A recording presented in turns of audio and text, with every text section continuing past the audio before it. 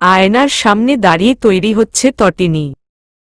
পরনে সাদা পাথরের কাজ করা ড্রেস, মাথায় লম্বা বেনি করা, ঠোঁটে লিপস্টিক লাগিয়ে নিজের সাজ কমপ্লিট করল সে।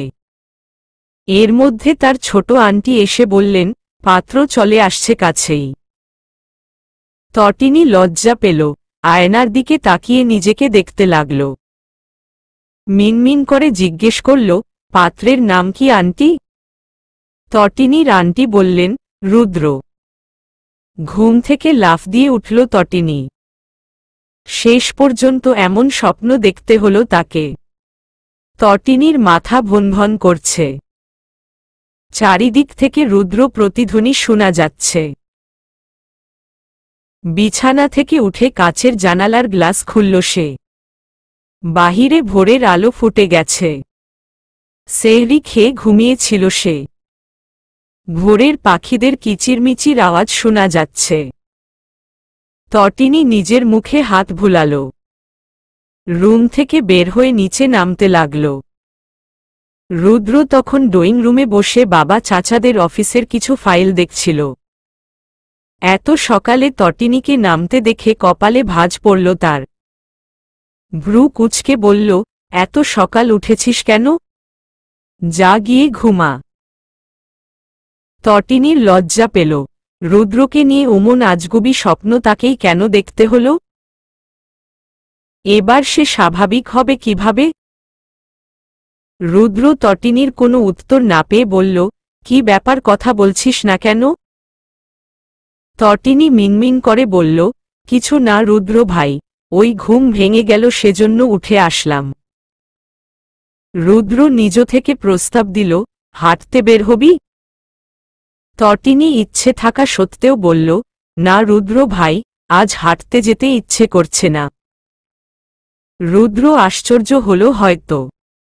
যে মেয়ে হাঁটতে পছন্দ করে তার নাকি হাঁটতে যেতে ইচ্ছে করছে না। রুদ্র গম্ভীর স্বরে বলল, কি হয়েছে তোর? কি নিয়ে চিন্তা করছিস? তটিনীর গলা শুকিয়ে গেল। রুদ্র উঠে এসে দাঁড়াল তটিনীর কাছে, বলল, কি চলছে তোর মনে? তটিনী মন খারাপ করে বলল, কিছু না রুদ্র ভাই, আমার আসলে রূপান্তরের ব্যাপারটা নিয়ে চিন্তা হচ্ছে। রুদ্র ভাবুক স্বরে বলল, কোনো বিষয়? মজনু ও রূপান্তরের ভবিষ্যৎ নিয়ে চিন্তা হচ্ছে। বিয়ে তো হয়ে গেল, কিন্তু দুজন দুজনের সাথে এমনভাবে চলে যেন ওদের মধ্যে বন্ধুত্ব ছাড়া আর কোনো সম্পর্ক নেই। ওদের ভবিষ্যৎ কি হবে রুদ্র ভাই? ওরা কি কখনো এই বিয়েটা মেনে নিবে? তটিনীর দিকে গভীরতা নিয়ে তাকাল রুদ্র। বলল, বিয়ে ছেলেখেলা নয় ঐশী। বিয়ে যেহেতু হয়েছে, আজ ওদের মনে কোনো প্রভাব না ফেললেও কিছু বছর পর ফেলবে। টিনেজ বয়স পার হলেও একটা ছেলের পুরোপুরি বুঝতে সময় লাগে অনেক। মজনু বুদ্ধিমান ছেলে, একদিন বুঝবে সব। রূপান্তর বুঝদার মেয়ে, হয়তো সিদ্ধান্তহীনতায় ভুগছে। কি করবে না করবে ভেবে পাচ্ছে না। তবে একটা সময় পর এগুলো সহজ হয়ে যাবে। বছরের পর বছর গেলে ওরা এটা নিয়ে ভাবতে শুরু করবে। বিয়ে নিয়ে ভাবতে গেলে একজন আরেকজনকে মনে করে থমকে যাবে, এবং তখনই দুজনের এক হওয়ার চান্স আসবে। সবই ওদের ইচ্ছের উপর নির্ভর করছে। হয়তো কেউ জানে না ওদের বিয়ের বিষয়ে, কিন্তু আল্লাহ জানেন। আর আল্লাহ তার বান্দাদের কোনো কারণ ছাড়া কখনো কিছুতে ফেলে দেন না। Got it? তটিনী মাথা নাড়াল। রুদ্র পুনরায় বলল, হঠাৎ বিয়ে নিয়ে পড়লি যে? মাথায় বিয়ে নিয়ে কি চলছে তোর? তটিনী নিজেকে যথাসম্ভব স্বাভাবিক করল। রুদ্র যেই চালাক, তাকে ধরে ফেলবে শেষে। রুদ্র গম্ভীর চাহনি দেখে তটিনীর মাথা ঘুরতে লাগল। দৌড়ে নিজের রুমে গিয়ে দরজা লাগিয়ে দিল। রুদ্র কিছু সেকেন্ড থম মেরে দাঁড়িয়ে থেকে হেসে ফেলল। মাথার চুল এলোমেলো করে পুনরায় সোফাতে ফিরে গেল। ডুব দিল অফিসের কিছু জরুরি ফাইল দেখাতে। তটিনী, রূপান্তর ও মজনু মোবাইলে ভিডিও কলে যুক্ত হল। ঈদের বন্ধ দিয়ে দিয়েছে কলেজে। আর মাত্র 2-3 দিন, তারপরই ঈদ। রূপান্তর ও তটিনী কি পড়বে না পড়বে তাই নিয়ে আলোচনা করছে। মজনু গম্ভীর মুখে তাকিয়ে দুই মহিলার কথোপকথন গিলছে। একসময় বিরক্ত হয়ে বলল, বাদ দে না এবার, আর কত এক কাহিনী নিয়ে কথা বলবি তোরা? ঈদের দিনের প্ল্যান ঈদের দিনই করিস, পড়ে আছে তো 2 দিন। তটিনী দাঁত কিরমিরিয়ে বলল, তোর সমস্যা কি? আমরা সারাদিন সারারাত কথা বলবো। তোর শুনতে ইচ্ছে না করলে ডিসকানেক্টেড হয়ে যা, ফালতু। মজনু বেচারা চশমা ঠিক করে হাত জোর করে বলল, ক্ষমা করে দেন মা, আমার ভুল হয়ে গেছে। আপনারা প্লিজ সাংসারিক আলোচনা শুরু করুন, আমি দর্শক হয়ে আছি। তটিনী ও রূপান্তর পুনরায় কথা বলতে শুরু করল। মজনু একসময় ঘুমিয়ে পড়ল। নিজেদের আলোচনার ফাঁকে মজনুকে ঘুমাতে দেখতে পেল তারা। দুজন হি হি করে হাসতে শুরু করল। বেচারা মজনু ঘুমের মধ্যে লাফ দিয়ে উঠল। স্ক্রিনে তাকিয়ে মন খারাপ করে বলল, তোরা এসব শয়তান কেন? তোগো আল্লাহ কি দিয়ে বানাইছে বইন? রূপান্তর ও তটিনী হাসতে লাগল। মজনু ডিসকানেক্টেড হয়ে ঘুমে ডুবে গেল। রূপান্তর তটিনীর দিকে তাকিয়ে বলল, বেচারাকে অনেক জ্বালাই আমরা। তটিনী মুখ বাঁকিয়ে বলল, আহারে মায়া হচ্ছে বুঝি? রূপান্তর কিছু বলল না। তটিনী সিরিয়াস হয়ে বলল, কিছু কি ভাববি না? নারে সময় যাক, পরিস্থিতি কোথায় নিয়ে যাবে দেখি, তারপর না হয় ভাবাভাবি হবে। তাছাড়া দুজনেই স্টুডেন্ট। আমি এখনো বিশ্বাসই করতে পারছি না মজনু আমার। যাই হোক বাদ দে, ইফতার পর কথা হবে। তটিনী অনলাইন থেকে বের হল। তার মন খারাপ হল বান্ধবীর জন্য। জীবন এমন কেন যে যাকে চায় তাকে পায় না, আর যাকে নিয়ে কিছু ভাবেই নি তার সাথেই জীবন জুড়ে যায়? এ কেমন খেলা? তটিনী দীর্ঘশ্বাস ছাড়ল। হয়তো রুদ্রের কথাই ঠিক, একটা সময় পর দুজন ভাবতে বসবে। কিন্তু তখন দেরি হয়ে যাবে না তো?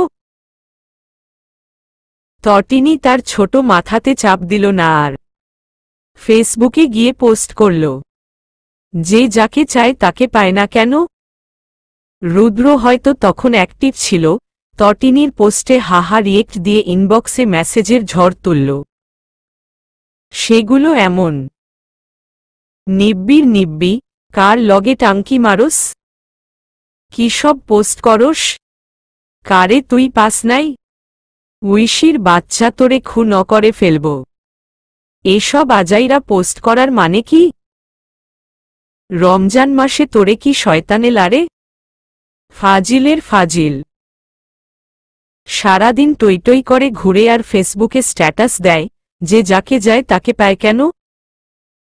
একবার ঘর থেকে বের হো, তোকে বুঝাবো কেন পায় না। পড়াশোনা বাদ দিয়ে এসব করিস, বেয়াদব একটা। রুদ্রের দীর্ঘ ভাষণে তটিনীর মাথা ঘুরতে লাগল। সে তৎক্ষণাৎ পোস্টটা ডিলিট করে দিল। মনে মনে প্রতিজ্ঞা করল ইহজনমে আর কখনো স্যাড পোস্ট করবে না, সেটা যদি তার সাথেও হয় তবুও না। রুদ্র ভাইয়ের মতো পাবলিক লিস্টে রেখে কখনো স্যাড পোস্ট করা মানে নিজের পায়ে নিজে কুড়াল মারা।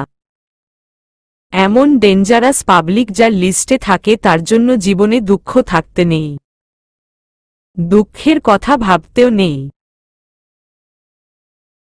তটিনী বার্তা লিখল, আমি নিজের জন্য এটা পোস্ট করিনি রুদ্র ভাই।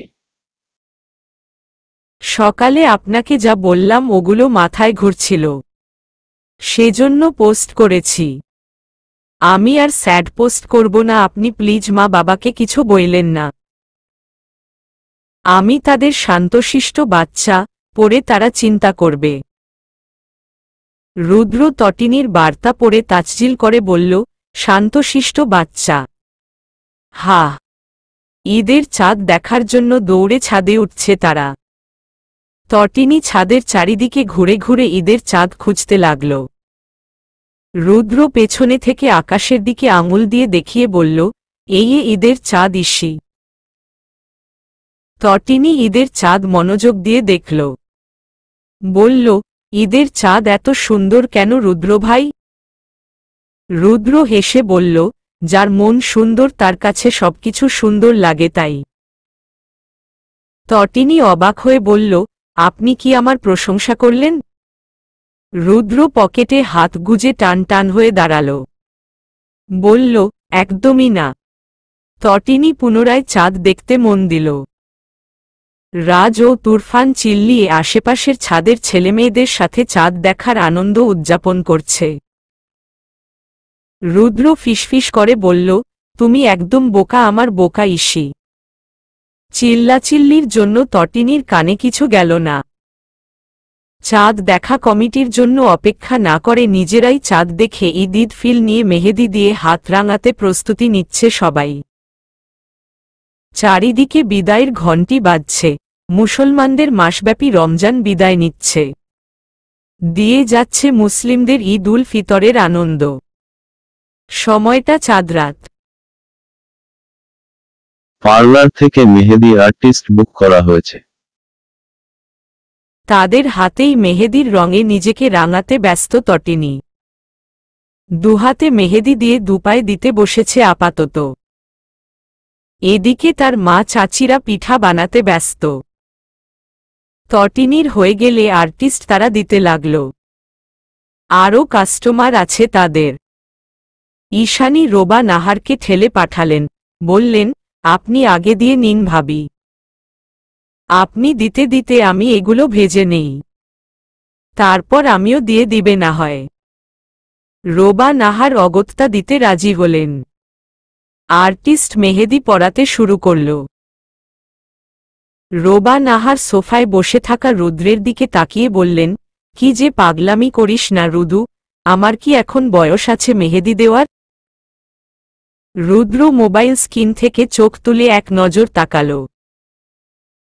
বলল, সারা বছর না দাও, ঈদে অন্তত খুশি ডাবল করতে মেয়েদের মেহেদি দেওয়া প্রয়োজন। তার জন্য বয়স কোনো মেটার না মা। তুমি আমার চোখে সবসময়ই সুন্দর। আমার মাকে মেহেদি রাঙা হাতেও মানায়, রান্নাঘরে খুন্তি হাতেও মানায়। রোবা নাহার হেসে বললেন, হয়েছে, আর পাম দিতে হবে না তোকে। রুদ্র উঠে রান্নাঘরের দিকে গেল। ঈশানীর সাথে নিজেও পিঠা ভাজতে শুরু করল। ঈশানী মানা করে বললেন, তোমাকে এসব করতে হবে না রুদু, তুমি গিয়ে বসে থাকো, আমি ভেজে তোমাকে দিয়ে আসব। রুদ্র গরম তেলে পিঠা ছেড়ে দিয়ে বলল, করতে হবে না বললে তো হবে না চাচি আম্মা, মায়ের পর তোমাকেও দিতে হবে, সুতরাং গিয়ে ফ্রেশ হয়ে নাও, আমি ভেজে নিতে পারব। তটিনীদের বাসার কাজের খালাটি ঈদের ছুটিতে চলে গেছে সকালে, সুতরাং হেল্প করার জন্য আর কেউ নেই। ঈশানীকে জোর করে বের করে দিল রুদ্র।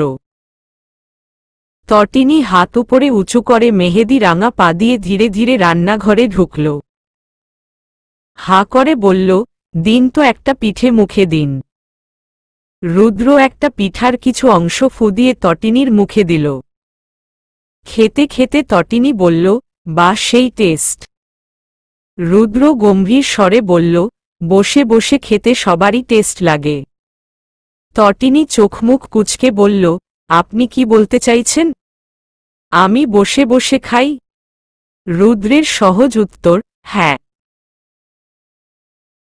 তটিনী ঠোঁট ফুলিয়ে বলল, একদমই না।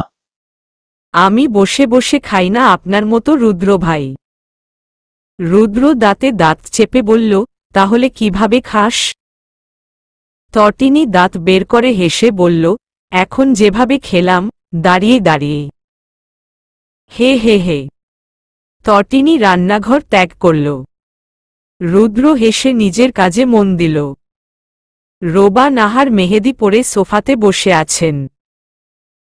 তটিনী মেঝেতে বসেছে। রাজ ও তুরফান তটিনীর আশপাশে ঘুরঘুর করছে। সুযোগ খুঁজছে কিভাবে তটিনীর রাঙা হাত পায়ের সুন্দর ডিজাইন ছড়ানো যায়। তটিনী এদের মতলব খুব ভালোভাবেই বুঝতে পারছে। সেজন্য সে তার বড়মার পায়ের কাছে বসে মেহেদি শুকাচ্ছে। ঈশানীর হাতে মেহেদি দিয়ে আর্টিস্ট বিদায় নিল। রুদ্র পিঠা এনে রেখেছে সোফার পাশের কাচের ছোট্ট টেবিলে। রাজ ও তুরফান পিঠা খেতে খেতে তটিনীর দিকে তাকিয়ে জিহ্বা বের করছে। রুদ্র তটিনীর মুখে পিঠা ঠেসে দিয়ে বলল, লাগালাগি বাদ দে। তটিনী কটমট করে তাকিয়ে পিঠা গিলে ফেলল। বলল, আমি লাগি? নাকি আপনার ভাইয়েরা লাগে? সব দোষ আমাকে দেয় সবাই, অথচ দুটো বান্দর যে সবসময় আমার পিছনে লেগে থাকে সেটা কেউ দেখে না। রুদ্র চোখ বড় করে তাকাল। তটিনী মা নুইয়ে নিজের পায়ের মেহেদি দেখতে লাগল। রুদ্র এবার রাজ ও তুরফানের দিকে তাকাল। দুজন হঠাৎ করেই ফেরেশতা হয়ে গেল। যেন তাদের মতো ভালো মানুষ সভ্য বাচ্চা পৃথিবীতে আর একটাও হতে পারে না।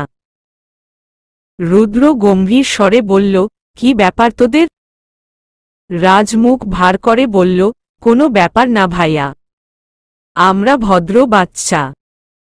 আমাদের থেকে ভদ্র বাচ্চা পৃথিবীতে আর একটাও তুমি খুঁজে পাবে না। আমরা না থাকলে জাতি ধ্বংস। আর তুমি কি না আমাদের দিকে চোখ বড় করে তাকাচ্ছ? তুরফান তাল মিলিয়ে বলল, আমার মতো ভদ্র বাচ্চা জগৎ সংসারে আর দুটোও পাবেন না।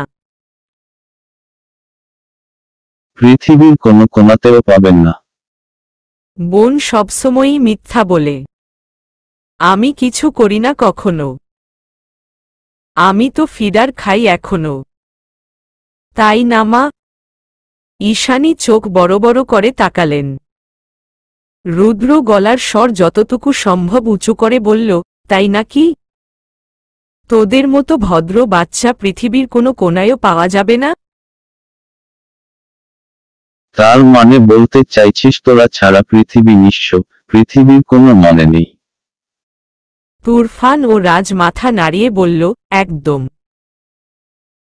রুদ্র হিসহিস করে বলল, এত অমূল ধন আমার বাড়িতে কি করছে?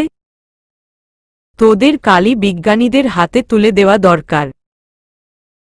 পৃথিবীর অমূল্য ধন এভাবে ছড়িয়ে ছিটিয়ে থাকলে তো মহা সমস্যা হবে জাতির।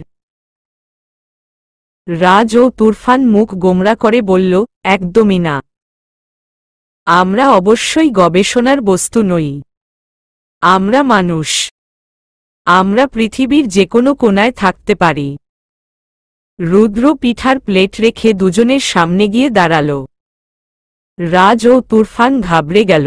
রুদ্র দুজনের পিঠ চাপড়ে বলল, ছোট মা। ঈশানী হু বলতেই রুদ্র হেসে বলল, এই দুজনকে ঈদের বোনাস হিসেবে কি দেওয়া যায় বলতো? ঈশানী হেসে বললেন, দাও যা ইচ্ছে। ঈদের খুশি বাড়িয়ে দাও। রুদ্র ভ্রু নাড়িয়ে বলল, রেডি তো দুজন? রাজ ও তুরফান একে অপরের দিকে মুখ চাওয়াচাওয়ি করল। তুরফান কাঁদো কাঁদো স্বরে বলল, আমি পৃথিবীর অমূল্য কোনো ধন নই ভাইয়া। আমি তো আমার রুমের সামান্যতম ধন, যাকে মা প্রতিদিন একবার হলেও খুন্তি নিয়ে দৌড়ায়। রাজ ভয় পেয়ে বলল, আমিও কোনো অমূল্য ধন নই ভাইয়া। আমি তো এই বাড়ির ঘরের এক কোণে পড়ে থাকি। পৃথিবীর কেন এই বাড়িরও কোনো অমূল্য ধন নই। রুদ্র দুজনের দিকে তাকিয়ে হেসে ফেলল।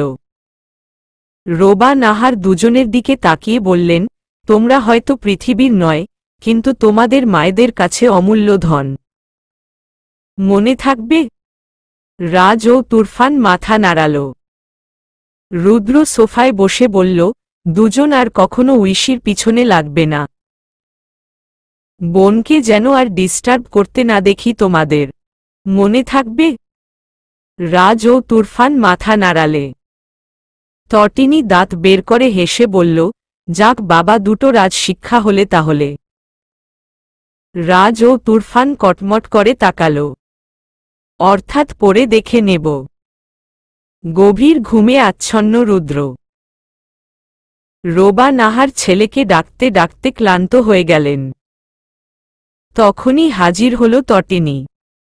রোবা নাহারকে উঠিয়ে বলল, তুমি যাও বড় মা, আমি ভাইয়াকে উঠাচ্ছি। রোবা নাহার চলে গেলেন। তটিনী প্রথমে রুদ্রের নাকে সুরসুরি দিল, কিন্তু না, রুদ্র উঠল না। তারপর সে নিজের রুম থেকে মেকআপ বক্স নিয়ে আসলো, রুদ্রের চেহারার মানচিত্র পাল্টে দিয়ে কিছুক্ষণ হাসল নিজ মনে। রুদ্রকে ডাকতে লাগল সে, কিন্তু রুদ্রের কোনো সাড়া নেই। অগত্যা তটিনী পানির জগ হাতে নিল, সম্পূর্ণ পানি ঢেলে দিল রুদ্রের চোখে মুখে, যা রুদ্রসহ রুদ্রের সুন্দর বিছানাকেও ভিজিয়ে ফেললে অনায়াসে। ধরপর করে উঠে বসল রুদ্র। চোখ কচলে তটিনীর দিকে অগ্নি চোখে তাকাল। তটিনী জিহ্বা বের করে ভেঙচি দেখিয়ে বলল, সেই কবে থেকে ডাকছি, আপনার তো উঠার কেন নামই নেই রুদ্র ভাই, সেজন্য বাধ্য হয়ে পানি ঢাললাম। রুদ্র দাঁতে দাঁত চেপে বলল, তাই বলে তুই পানি ঢেলে সবকিছু ভাসিয়ে দিবি? তটিনী মন খারাপ করে বলল, কি করব বলেন? বড় মাও আপনাকে ডেকে গেছেন, আপনাকে দুজন মানুষ ডেকে তুলতে পারেনি, কিন্তু পানি ঢালার পর আপনি ঠিকই উঠলেন। সুতরাং উচিত ছিল প্রথমেই পানি ঢালা আপনার উপর। শুধু শুধু দুজন মানুষের মুখ ব্যথা হলো আপনাকে ডেকে। রুদ্র চিৎকার করে বলল, গো টু হেল ঐশী, না হলে আজ তোকে খুন করে ফেলব আমি। আউট। তটিনী দৌড়ে বের হওয়ার আগে জোরে বলল, ঈদ মোবারক রুদ্র ভাই। ভুলেও নিজের চেহারা আয়নাতে দেখতে যাবেন না যেন। রুদ্র রাগে তটিনীর শেষের কথাটি খেয়াল করল না। চটজলদি বিছানার চাদর পাল্টিয়ে ফেললে। তারপর ওয়াশরুমে ঢুকল গোসল করতে। আয়নার নিজের চেহারা দেখে কিছুক্ষণ হতভম্ব হয়ে তাকিয়ে রইল রুদ্র। হাতে মেকআপ নিয়ে তা চোখের সামনে ধরল। তটিনীর কাজ বুঝতে পেরে রাগ বাড়তে থাকত দ্রুত গতিতে। নিজেকে মনে মনে বলল, কোল রুদ্র কোল, বাচ্চা মেয়ে ছেড়ে দে। রুদ্র মেকআপ তুলে গোসল করল। দেন বের হয়ে শরীরে ঈদের নতুন পাঞ্জাবি জড়িয়ে নিল। মাথায় টুপি পরে বাপ, চাচা ও রাজ এবং তুরফানকে নিয়ে বের হল ঈদের নামাজ পড়তে। তটিনী ঘুরঘুর করতে লাগল। কখনো বড় মা তো কখনো ঈশানী পিছনে। ঈশানী রেগে গিয়ে বললেন, যা গিয়ে গোসল কর। দামড়ি মেয়ে হয়ে গেছে, এখনো স্বভাব পাল্টাল না। অগত্যা তটিনী গোসল করতে দৌড় দিল। চারিদিকে ঈদের আনন্দ। রাস্তায় বের হতেই সবার চোখে পড়ছে বিভিন্ন রঙের পোশাকে নিজেদের আবরিত করা মানবমানবীকে। রাজ ও তুরফানের খুশি বেড়ে যাচ্ছে সেগুলো দেখে। দুজন এইবার ফার্স্ট ইয়ারে,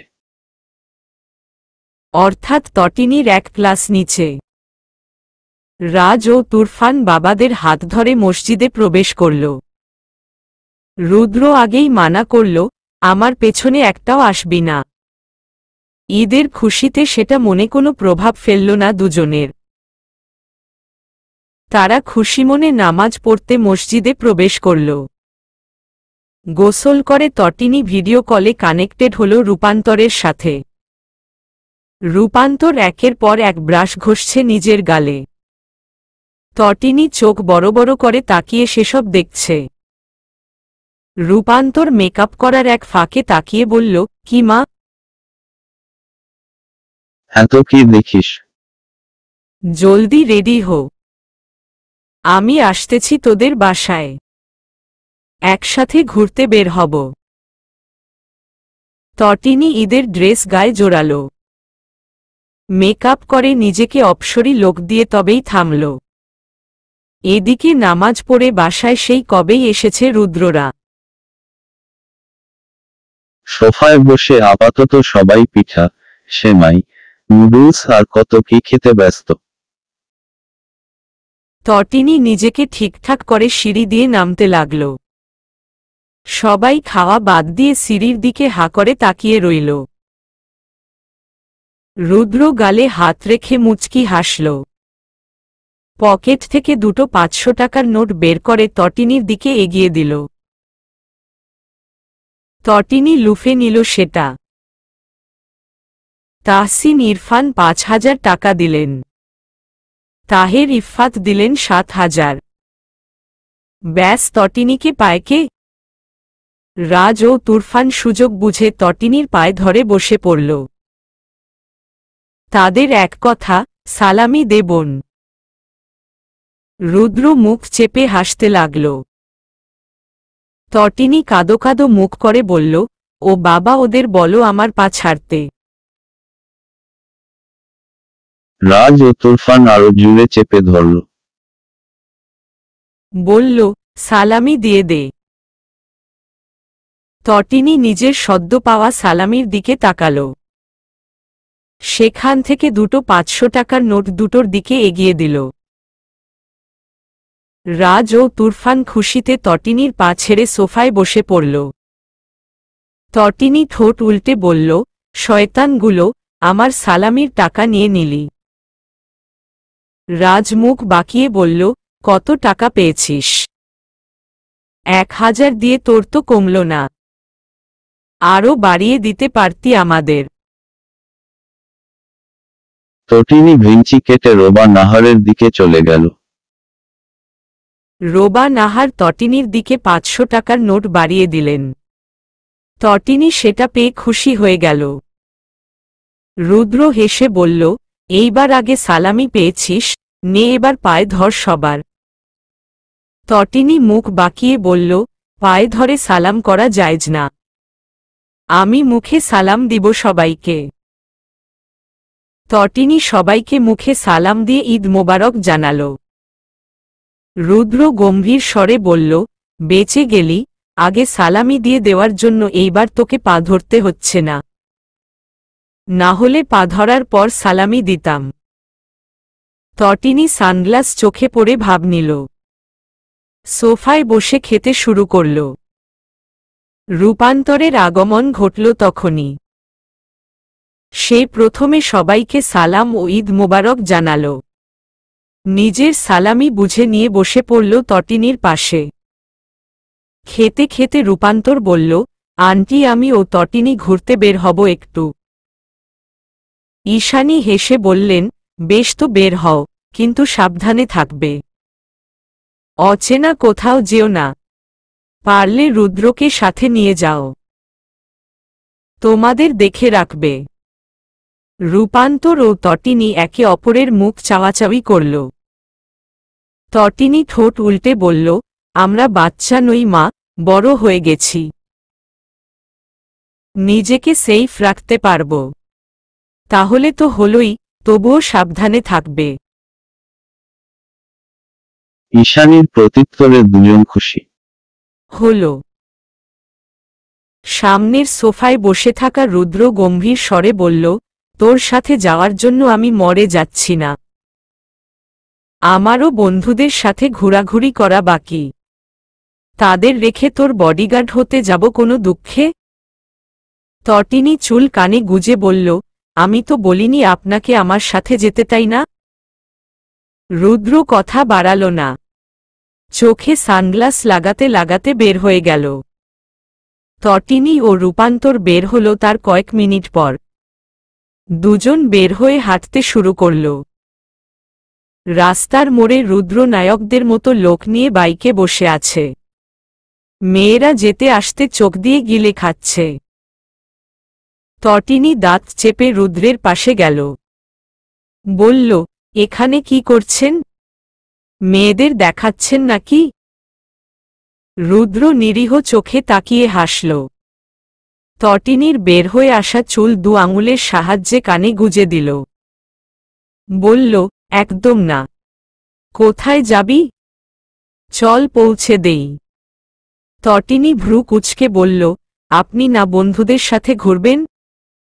এর মধ্যে রূপান্তর চোখ বড় বড় করে তাকিয়ে শুধালো, বুঝি বুঝি, আমি বাচ্চা নই। হায় আল্লাহ, এতদিন আমি কোনো জগতে ছিলাম। এই দুজন তো তলে তলে উড়োজাহাজ চালাচ্ছে গো। তটিনী ঠোঁট চেপে হাসি আটকাল। রুদ্র নিজের চুলে ব্রেনওয়াশ করে তটিনীর দিকে তাকাল। তারপর রূপান্তরের দিকে তাকিয়ে বলল, আপনার ভরসায় ছাড়ছি শালিকা। দেখে রাখবেন। রূপান্তর বুকে হাত চেপে বলল, হায় আল্লাহ, আপনি তো বোমা ব্লাস্ট করছেন দুলাভাই। চাপ নিবেন না, দেখে রাখব। রুদ্র বাইক নিয়ে সাইসাই করে চলে গেল। রূপান্তর তটিনীর দিকে চোখ গরম করে তাকাল। তটিনী লজ্জায় কথা বলতে পারছে না। রূপান্তর ভ্রু নাচিয়ে বলল, তলে তলে এত কিছু বান্ধবী? তটিনী মিনমিন করে বলল, সেরকম কিছু না, বিশ্বাস কর। তাহলে কিরকম কিছু? আমাদের প্রেম টাইপ কোনো সম্পর্ক নেই। উনি কখনো আমাকে এসব নিয়ে কিছু বলেননি। আমিও কখনো কিছু বলিনি। রূপান্তর তটিনীর এক হাত ধরে বলল, বুঝতে পারছি, দুলাভাই আমার হালালে বিশ্বাসী। তটিনী লজ্জা পেল। বলল, বাদ দে এই টপিক।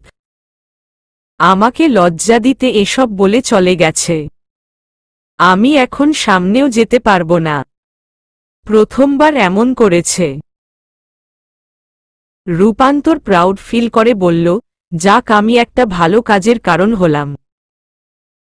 তটিনী হেসে রূপান্তরের হাতে ঘুষি মারল। কিন্তু মনে চলছে তার নানান ভাবনা। এ কেমন প্রণয়! দুজন দুজনকে না বলে মনে মনে বিশাল এক প্রেমময় সমুদ্র গড়ে উঠেছে। সেটা দুজনেই বুঝতে পারছে, অথচ কেউ কাউকে বলছে না। কিন্তু বারবার মনে হচ্ছে আমার সে আছে। ঈদের আনন্দ চারিদিকে। রাস্তায় মানুষজনের ভিড় হৈহুল্লোড় যেন ঈদ ঈদ আমেজ বাড়িয়ে দিয়েছে। তটিনী ও রূপান্তর রাস্তার পাশ দিয়ে হাঁটতে লাগল। রূপান্তর তটিনীর কানে ফিসফিস করে বলল, সাইড দিয়ে কি সুন্দরী ছেলেরা যাচ্ছে মাইরি, চল কারো সাথে লাইন মারি। তটিনী চোখ বড় বড় করে তাকিয়ে বলল, অসম্ভব। রূপান্তর ভ্রু কুঁচকে বলল, যেভাবে অসম্ভব বলছিস মনে হচ্ছে তুই কখনো ছেলেদের দিকে তাকাস না।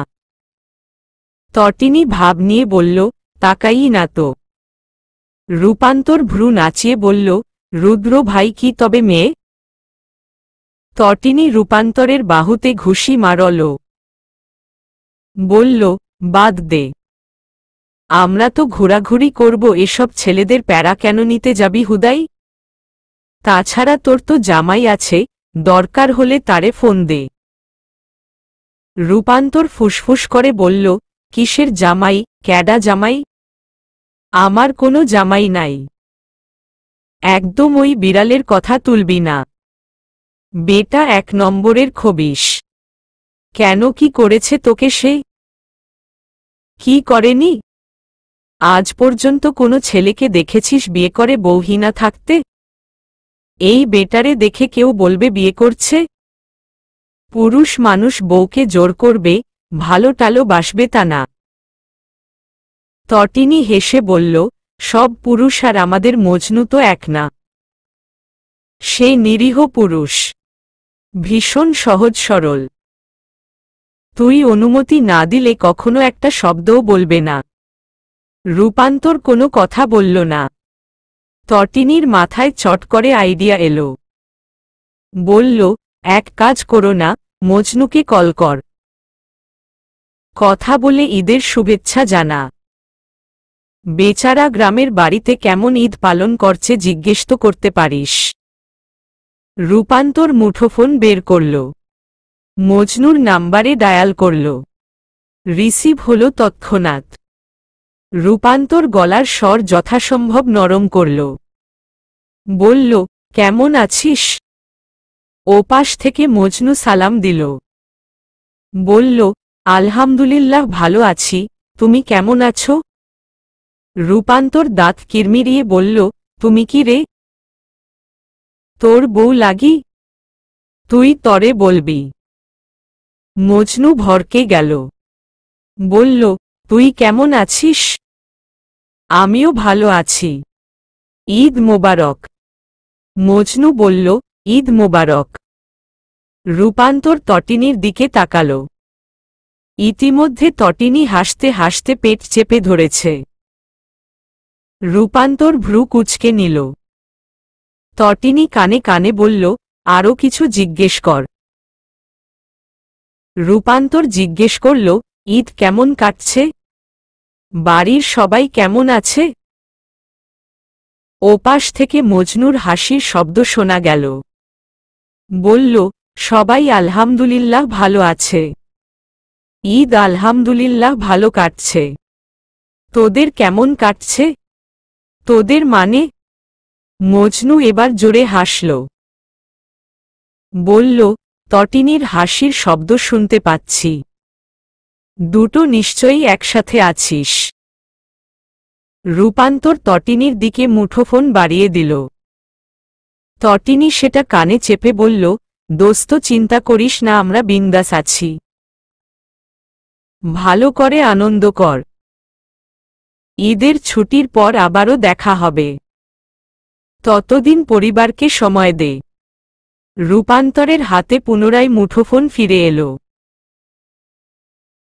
রূপান্তর কানে ধরতেই মজনু বলল, স্টুডেন্ট মানুষ, সামান্য কিছু সালামি পাঠিয়েছি। চেক করে নিতে বলো তটিনীকে। আচ্ছা। মজনু মিনমিন করে বলল, বিবাহিত জীবনের প্রথম ঈদের শুভেচ্ছা তোমায়। তোমার হাজবেন্ড এত বড়লোক নয়, যা দিলাম সেটা ফেলে রেখো না। ইচ্ছে হলে খরচ করো না হয়। রাখছি। ভালো থেকো রূপ। মজনু ফোন কেটে দিল। রূপান্তর থমকে দাঁড়িয়ে রইল। তটিনী ধাক্কা দিয়ে বলল, কি হলো তোর? রূপান্তর দীর্ঘশ্বাস ছেড়ে বলল, তোকে সালামি পাঠিয়েছে, চেক করে নিতে বলেছে। তোকে? রূপান্তর মলিন হেসে বলল, আমাকেও পাঠিয়েছে। চল চেক করি। তটিনী অবাক হয়ে বলল, তোর মন খারাপ হলো কেন? কিছু না, ওই এমনি। কি বলেছে ও যার জন্য তোর মুখ কালো হয়ে গেছে? রূপান্তরের চোখে জল টলমল করতে লাগল। তটিনী দুহাত জড়িয়ে ধরে বলল, বাবা অনেক ক্লাসি এবং হাই। তটিনী মজনুকে মেনে নিবে না। তটিনী কিঞ্চিত হেসে বলল, আমাদের মজনু কম কিসের? তুই কতটুকু জানিস ওর সম্পর্কে? কখনো ওর পারিবারিক অবস্থা সম্পর্কে জানতে চেয়েছিস? গ্রামের ছেলে বলে সে যে হাই বা ক্লাসি হতে পারে না, সেটা কোথায় লেখা আছে? আর পারিবারিক দিক ক্লাসি না হোক, মজনু পড়াশোনা করছে। একদিন নিশ্চয়ই বড় কিছু হবে। তখন আঙ্কেল ঠিক মেনে নিবে দেখিস। চিন্তা করিস না এত। রূপান্তর অবাক হয়ে বলল, সত্যিই তো? ওকে কখনো ওর পরিবার নিয়ে জিজ্ঞেস করা হয়নি। ইনফেক্ট ওকে সবসময়ই দেখেছি নিজের খরচ নিজে বহন করছে। ওর পরিবার আছে তো তটিনী? তটিনী চোখ রাঙিয়ে বলল, মজনু ভীষণ আত্মনির্ভরশীল ছেলে। নিজের দায়িত্ব নিজে নিয়েছে। এমন ছেলে তোর হাজবেন্ড, সেটাতে তোর খুশি হওয়া উচিত। হ্যাঁ জানি পারিবারিক দিকও ডিফেন্ড করে। সেটা না হয় মজনুর থেকে জেনে নিব আমরা। রূপান্তর মাথা নাড়াল। তটিনী নিজের ফোন চেক করে বলল, আমাকে 1000 সালামি পাঠিয়েছে। তোরটা দেখ।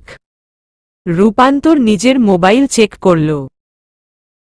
বিকাশে ঢুকে সালামিসহ মেসেজ দেখে চোখ বড় বড় করে তাকাল। অবাক কণ্ঠে শুধালো, এ কি রে, আমাকে 2000 দিল, সাথে মেসেজ। তটিনী নিজের হাতে মোবাইল নিল। মজনুর মেসেজ পড়তে লাগল। বিবাহিত জীবনের প্রথম ঈদের শুভেচ্ছা নিও বউ। গ্রামে এসে বাবার সাথে কাজে হাত লাগিয়ে নিজে অনেক ইনকাম করেছি। সেগুলো থেকেই তোমাকে প্রথম সালামি দিলাম। তোমার প্রতিটা দিন ভালো কাটুক। মিনহাজ চৌধুরী মজনু। তটিনী চোখ বড় বড় করে বলল, এই বেটা তো চৌধুরী বংশের বইন। আর তুই এতদিন কি না পরিবার নিয়ে টেনশনে ছিলি? হায় খুদা। রূপান্তর তটিনীর কাঁধে মাথা রেখে বলল, আমারে পানি দে বইন। এই বেটা তো বোম ফাটিয়ে দিল। মজনু মিয়া চৌধুরী হয়ে গেছে, আয় হায়। তটিনী হাসতে শুরু করল। রূপান্তর কটমট করে তাকিয়ে বলল, হাসছিস কেন? আমি কি জানতাম নাকি বাল? তটিনী হাসি থামিয়ে বলল, যাক এবার তোর মনের ভয় কেটেছে। রূপান্তর মন খারাপ করে বলল, ও যেমন পরিবারেরই হোক, আমার জন্য সেসব মেটার করে না রে। কিন্তু ফ্যামিলি মানাতে অনেক কিছু নিয়ে ভাবতে হয়। একটা চিন্তা দূর হল। এখন আর আগের মতো আমি পরিবারের কথা চিন্তা করে পিছিয়ে পড়ব না। আমি সবসময়ই চাইব মজনু যেন নিজ যোগ্যতায় কিছু করে আমার বাবার কাছে আমাকে চেয়ে নেয়, যাতে আমি গর্ব করে বলতে পারি আমার হাজবেন্ড এটা। তটিনী রূপান্তরের গলা জড়িয়ে ধরল। কিছু বলার আগেই সামনে এসে দাঁড়ালো একটি বাইক। সানগ্লাস খুলে রুদ্র গম্ভীর স্বরে বলল, রাস্তায় দাঁড়িয়ে এত জোরাজোরি কিসের তোদের? মায়ের চিনোস? তটিনী লাফিয়ে সরে গেল। রূপান্তর দাঁত বের করে হেসে বলল, আরে দুলাভাই আপনি যান নাই? রুদ্র হেসে বলল, গিয়েছিলাম তো শালিকা, কিন্তু তোমার বান্ধবীর টানে মাঝপথ থেকে ফিরে আসলাম। কেন? রুদ্র ভ্রু চুলকিয়ে তটিনীর দিকে তাকাল। তটিনী মুখ ভার করে বলল, ফিরে আসলেন কেন? বাইকের পেছনে বসে পড়। রূপান্তর আতকে উঠে বলল, এসব কি দুলাভাই? আপনি আমার সাথে রীতিমতো অন্যায় করছেন। আমি কি আমার বান্ধবীকে নিয়ে ঘুরতে পারব না? রুদ্রের পেছনে থেকে নেমে দাঁড়ালো রুদ্রের এক বন্ধু। বলল, আপনি আমার সাথে আসেন আপু, ওরা একসাথে যাক। আপনি আমার সাথে রিকশায় যাবেন, চলেন। আজ না হয় আমাদের সাথে ঘুরলেন। কি বলেন? রূপান্তর রুদ্রের দিকে তাকাল। রুদ্র তটিনীর দিকে তাকিয়ে আছে। তটিনী ঠোঁট উল্টে রুদ্রের বাইকে চেপে বসতেই রূপান্তর চিল্লিয়ে বলল, ওরে খবিশ মহিলা, এই ছিল তোর মনে? আমারে সিঙ্গেল রাইখা তুই প্রেম করবি? তটিনী বাইক থেকে পড়ে যাচ্ছিল, রুদ্র তড়িৎ গতিতে ধরে ফেলল। রুদ্রের বন্ধুটি রীতিমতো জোর করে টেনে নিয়ে গেল রূপান্তরকে। তটিনী কাদো কাদো মুখ করে বলল, এটা কি করলেন আপনি? এখন কি হবে? রুদ্র গম্ভীর স্বরে বলল, কি হবে? রূপান্তর মন খারাপ করল তো। রুদ্র নিজের সানগ্লাস খুলে তটিনীর চোখে পরিয়ে দিল। বলল, তুই বরং ভাবনে এখন। তোর বান্ধবীর মন খারাপ চলে যাবে কিছুক্ষণ পর, চাপ নিস না। তটিনী চশমার ফাঁক দিয়ে রুদ্রের পেছনে দিক দেখল। রুদ্র বাইকের আয়নায় চোখ রেখে বলল, এত দেখিস না, কানা হয়ে যাবি। তটিনী নিজের পুরনো ভাবে ফিরে এলো। সানগ্লাস ঠিকঠাক করে বসল। রুদ্র লুকিং গ্লাসে সেটা দেখে বাঁকা হাসল। বাইকে পুরো শহর চক্কর কেটে আড্ডা দিয়ে খেয়ে দিয়ে রুদ্র সন্ধ্যা নাগাদ তটিনীকে নিয়ে বাড়ি ফিরল। রূপান্তরের প্রথম মন খারাপ হলেও পরে সে নিজেও এনজয় করেছে সবকিছু। সবকিছু আজ রুদ্রের পক্ষ থেকেই ছিল। সাথে ছিল রুদ্রের বন্ধুরা। ফুরফুরে মন নিয়ে বাসায় ফিরে তটিনী একটি খবর পেয়ে থমকে গেল। তখন সে মাত্রই সিঁড়ির দিকে এগিয়ে যাচ্ছিল। রোবা নাহার তখনই রুদ্রকে জড়িয়ে ধরে বললেন, তোর সবকিছু রেডি রে রুদু, ফ্লাইট 2-3 দিন পরই। তটিনী সিঁড়ি দিয়ে না উঠে পিছন ফিরে তাকাল। রুদ্রের সাথে চোখাচোখি হতেই রুদ্র হাসল। তটিনী ঠোঁট উল্টে নিজের রুমে চলে গেল। রুদ্র ফ্রেশ হয়ে তটিনীর ফোনে বার্তা পাঠাল। তখন ঠোঁট উল্টিয়ে চলে গেলি কেন? খুশি হোসনি? তটিনী কি বলবে ভেবে পেল না। কিন্তু কিছু তো লিখতে হবে।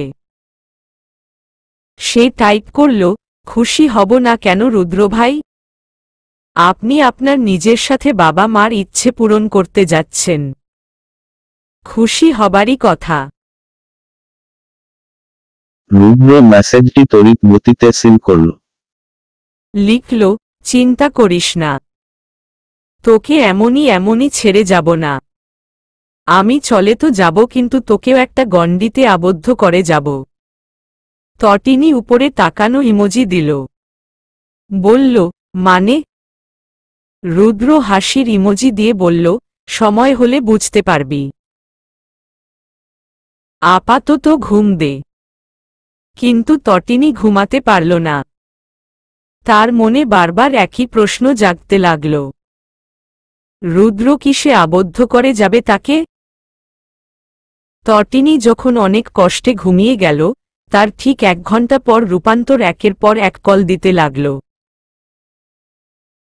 ঘুম ঘুম চোখে বাধ্য হয়ে তটিনী কল রিসিভ করল। রাগে গড়গড় করে বলল, তোর সমস্যাটা কি? ঘুমাতে দিবি না? রূপান্তর দাঁত কেলিয়ে বলল, দোস্ত আমি মনে হয় প্রেমে পড়ছি। তটিনীর মুখ দিয়ে বের হয়ে এলো বিশ্রী এক গালি। কিন্তু তাতেও রূপান্তরের কিছু হল না। সে বলতে শুরু করল, দোস্ত মিনহাজটা দিন দিন হ্যান্ডসাম হয়ে যাচ্ছে বুঝলি। তটিনী দাঁত কিরমিরিয়ে বলল, দিন দিন তো ছোট হচ্ছে না। একটা ছেলের পরিপূর্ণ যুবক চেহারা পেতেই বয়স 25 হতে হয়। ধীরে ধীরে চেহারা গ্লো করবে স্বাভাবিক। তুই কি নাদান বাচ্চা? এত রাতে ফোন করে ডিস্টার্ব করছিস কেন? রূপান্তর মন খারাপ করে বলল, তোকে ছাড়া আর কাকে বলবো বল। কেই বা আছে আমার? মিনহাজ ঈদের পাঞ্জাবি পরে ফটো দিয়েছে, দেখবি?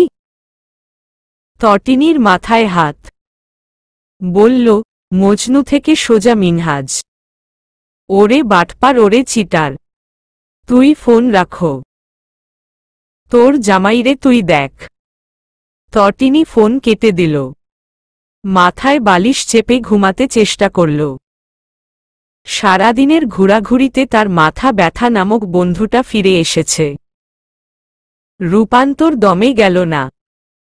সে পুনরায় কল দিতে শুরু করেছে।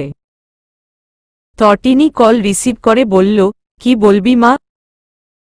রূপান্তর এইবার রেগে গেল। বলল, বউ হতে হলে কোনো ইয়াং ছেলের হব, তোর বাপ আমার বাপের বয়সী হয়।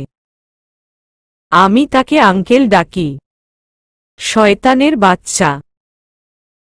তটিনী চটে গিয়ে বলল, তুই কি ইনডিরেক্টলি আমার বাপকে বুড়ো বলতে চাইছিস? তুই জানিস আবার বাপকে এখনো ইয়াং ছেলেদের মতো হ্যান্ডসাম দেখায়? আমার মা যদি বিবাহিত না হতো বা সে অন্য কারো বউ হতো তো আমি আমার বাপকে দিয়ে অল্প বয়সী মেয়ে পটিয়ে দেখিয়ে দিতাম তোকে। রূপান্তরের মাথায় হাত। বলল, বলদের বলদ, তোর মায়ের অন্য কারো সাথে বিয়ে হলে তোর বাপ আর তোর বাপ থাকত না। অন্য কেউ তোর বাপ হতো। কি খেয়ে ঘুমাচ্ছিস? মাতাল কোথাকার। তটিনী রেগে আবারও কল কেটে দিল। কিন্তু এবার রূপান্তর আর কল দিল না। তটিনী নিজের কথাগুলো রিপিট করতেই থমকে গেল। শেষ পর্যন্ত সে কি না মাতালদের মতো আচরণ করল। ঘুম তটিনীর উড়ে গেছে। আজ আর ঘুম আসবে না। সে রুদ্রকে একের পর কল দিতে শুরু করল। বেচারা রুদ্র ফোন রিসিভ করে গম্ভীর স্বরে বলল, তোর কি কোনো কাজ নেই? একটা মানুষ এত নিমকহারাম কিভাবে হতে পারে? সারাদিন তোকে ঘুরালাম, এখন শান্তিতে একটু ঘুমাচ্ছি, সেটাও তোর সহ্য হচ্ছে না। তটিনী চটে গিয়ে বলল, আমি বলেছিলাম ঘুরাতে? নাকি আপনি চার বেটারির মতো ঘুরঘুর করেছেন? আপনাকে বলেছি আমাকে নিয়ে ঘুরতে? যত সব। রুদ্র থমথমে গলায় বলল, হ্যাঁ আমিই নিয়ে গেছিলাম। তো কি হয়েছে? আমি যদি ঘুরাতে না নিয়ে যেতাম তো দুটো রাস্তায় হাঁটতি আর এদিক সেদিকে তাকাতাকি করতি। তটিনী রেগে বলল, তাকাতাকি করতাম মানে? আপনি কি বুঝাতে চাইছেন রুদ্র ভাই? আমরা কি রাস্তায় ছেলেদের দিকে তাকিয়েছিলাম নাকি? রুদ্র বলল, ছেলেদের দিকে কেন তাকাবি? তোরা তো গরু ছাগলের দিকে তাকাস। তটিনীর কণ্ঠে থমথমে ভাব, আপনি আমার সাথে কখনো কথা বলবেন না রুদ্র ভাই। রুদ্র দাঁতে দাঁত চেপে বলল, আমি তোর সাথে কথা বলার জন্য মরে যাচ্ছি না। তুই কি যে তোর সাথে আমার কথা বলতে হবে? তটিনীর মন খারাপ হয়ে গেল। সে ফোন কেটে বারান্দায় গিয়ে দাঁড়াল। রুদ্র ভাই মুখের উপর ওসব বলতে পারল তাকে? মানুষটা দিন দিন নির্দয় হয়ে যাচ্ছে। তটিনী বিষণ্ণ মনে অন্ধকার আকাশের দিকে তাকিয়ে রইল। ঈদের দিন ভালো কেটে রাতে অমাবস্যা নামল। এটার কোনো মানে হয়? তটিনীর চোখ বেয়ে পানি পড়তে লাগল। বারান্দায় অন্ধকারে কাউকে বেয়ে উঠতে দেখে তার আবেগ জানালা দিয়ে পালাল। চোর চোর বলে রুম থেকে বড় লাঠি নিয়ে এলো। ছায়াটা তটিনীর বারান্দায় ধপ করে লাফ দিল। তটিনী লাফ দিয়ে পেছনে সরে গেল। আবছায়া থেকে ধীরে ধীরে প্রতিবিম্ব দেখা গেল। রুদ্র কোমরে হাত রেখে হাঁপাতে লাগল। তটিনী হাতের লাঠির দিকে একবার তো রুদ্রের দিকে একবার তাকাচ্ছে। রুদ্র তটিনীর দিকে আর চোখে তাকিয়ে বলল, সামান্য লাঠি হাতে চোর তাড়াবি তুই? তোকেই তো তাড়িয়ে দিবে। নিজের এহেন অপমান তটিনী মানতে পারল না।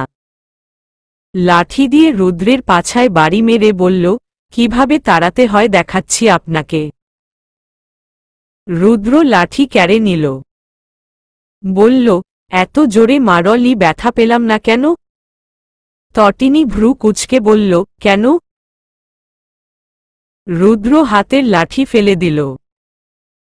তটিনীর কোমর জড়িয়ে ধরে নিজের সাথে মিশিয়ে নিল। চোখে চোখ রেখে বলল, ভালোবাসার মানুষ মারলেও সেটা মিষ্টি লাগে। ও আচ্ছা, তার মানে আপনার লেগেছে? হ্যাঁ, বাট সেটা মিষ্টি হয়ে গেছে সেকেন্ডের গতিতে। তটিনীকে নিজেকে ছাড়াতে চেষ্টা করল। রুদ্র আরও পেঁচিয়ে ধরল। বলল, এত ছাড়াছাড়ি করছিস কেন? তোকে কি আমি কামড়ে দিব নাকি, বেয়াদব? তটিনী ঠোঁট ফুলিয়ে বলল, আপনি আমার সাথে একদমই কথা বলবেন না। বলেছিলাম না। রুদ্রের স্বাভাবিক উত্তর, তোর সাথে কথা বলছে কে? আমি তো আমার বাগদত্তার সাথে কথা বলছি। তটিনী অবাক, কে আপনার বাগদত্তা? যার সাথে কথা বলছি। তটিনী বুঝেও না বুঝার ভান করল। নিজেকে ছাড়িয়ে নিয়ে বলল, বাগদত্তাকে হুটহাট জড়িয়ে ধরতে নেই। বিয়ে করা বউকে ধরুন, ফসকে যাওয়ার চান্স থাকবে না। রুদ্র নিজের মাথা চুলকিয়ে হাসল। দূরত্বে দাঁড়িয়ে বলল, তুমিই তো টেনে আনো বারবার। মেয়ে, তুমি সব বুঝো, আমি কাছে আসলেই শুধু না বুঝার ভান করো। অধমের প্রতি মায়া হয় না? তটিনী মুখ বাঁকিয়ে বলল, একদম না। চলবে।